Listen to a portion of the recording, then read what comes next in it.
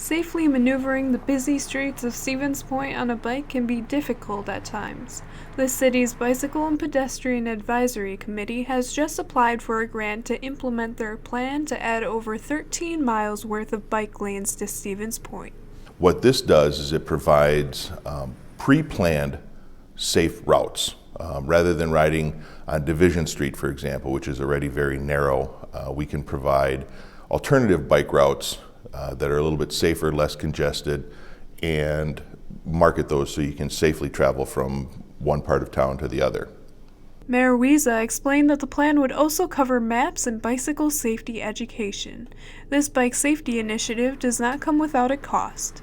The grant will cover 80%, which is just over $400,000. The city would be required to pay about $100,000 as well as the recurring maintenance costs. It's rather significant. We're looking at a fair amount of money to repaint those stripes every year, but like I said, I've got the Director of Public Works looking into what the costs are going to be versus maybe buying our own machine to do our the striping ourselves, and spread that cost over a longer period of time rather than just once every 7 years. It would also cover the cost of printing materials and advertising, just making people aware that we do have bike routes planned and make sure that the bicyclists know what the rules of the road are. The grant application is currently being reviewed by the state. Wiesa said that without this money, there will not be enough funding to create the bike lanes, but they will not give up on bike safety altogether.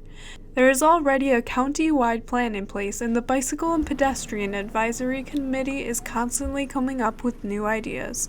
For SPTV News, I'm Jen Richardson.